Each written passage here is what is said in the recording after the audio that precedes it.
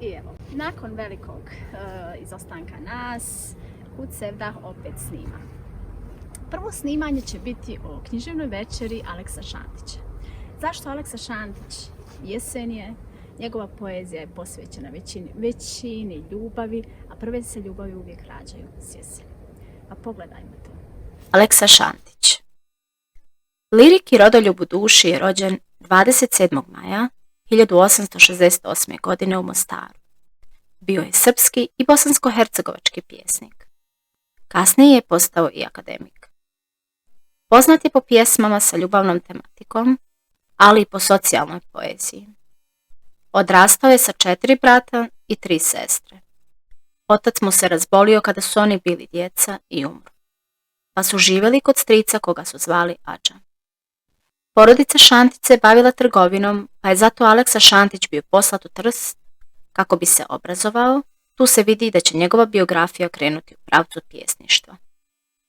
U Trstu ga je podučavao srpski Ljudevit Uličević, srpski pisac. Duša, ja vidim kad nate, topla i bijela. Kroz tvoj penđer mala mjesečina pada i šum svaki čuje tvoga odijela. Na dušek je meki kada kloniš mlada. Kao sjenka tvoja svake te minute moja duša prati i uza te dršće i ljubice svoje čežnjama osuti prosipa na tvoju stazu i raskršće. U baštama tvojim ono rosa nije, to su suze sreće što ih ona lije. Pri sjaju zvijezda u tihom pokoju. U kandilu tvome kada žižak cepti, znaj, to duša moja prislužena trepti i prosipa na te zlatno svjetlo svoje. Na samom početku karijere je stvarao pod utjecajem književnosti Branka Radičevića, Čika Jove Zmaja i Vojislava Ilića. Kad je u pitanju Aleksa Šantić, biografija ovog pjesnika se vremenom mijenja kad je izgradio sopstveni pjesnički stil. Stručnjaci kažu da je svoju punu pjesničku zrelost doživio između 1905. i 1910. godine. Njegov kompletan književni opus možemo podijeliti u 2 cjeline. Prvu cjelinu predstavljaju ljubavne pjesme o ženama, čežnji i sjeti. Drugu cjelinu čine rodoljubive pjesme, a u njih spadaju one u kojoj iskazuje ljubav prema svojoj domovini, ali i protest protiv patnje koju su njegovi sunarodnici doživjeli. Poznate su njegove rodoljubive pjesme Ostajte ovdje, Hleb. Poznato je da se njegov ljubavna poezija razvila pod jakim utjecajem sevdalinke. Odličan primjer toga je jedna od njegovih najpoznatijih pjesama Emina, koja se sada pjeva kao sevdalinka.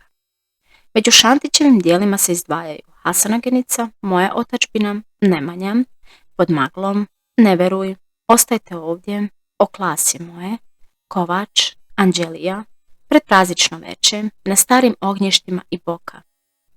Aleksa Šantić je umro 2. februara 1924. godine u Mostaru. Njegova sahrana je okupila do tada nezapamćen broj ljudi u Mostaru. Tada se tek vidjelo koliko je Šantić utjecao na narod i koliko su ljudi zaista cijenili njegova djela. Mnogi stanovnici su došli da odaju počast svom pjesniku.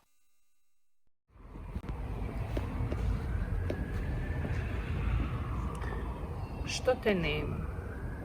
Što te nema? Što te nema?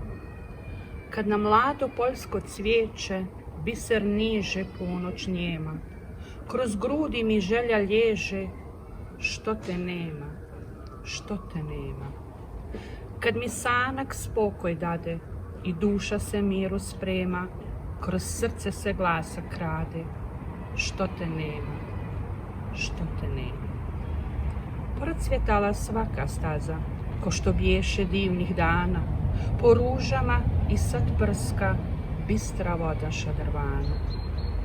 Ispod rose zumbul gleda, iz behara miris vije, a za mene voda cvili i u bolu suze lije. Što te nema, što te nema. Vedri istok kad zarudi, utreptaju od alema i tad srce pjesmu budi. Što te nema, što te nema. I u času bujne sreće i kad tuga uzdah sprema, moja ljubav pjesmu kreće. Što te nema, što te nema. Kad mi je srce jadno, kao da ga neko bode, te sve plače i sve pita, kuda moja Zena ode? Je li griješna sabah zora ili nebeska sjajna zvijezda? Je li griješna ljubav moja, ko glas ptice iz gnijezda? Što te nema, što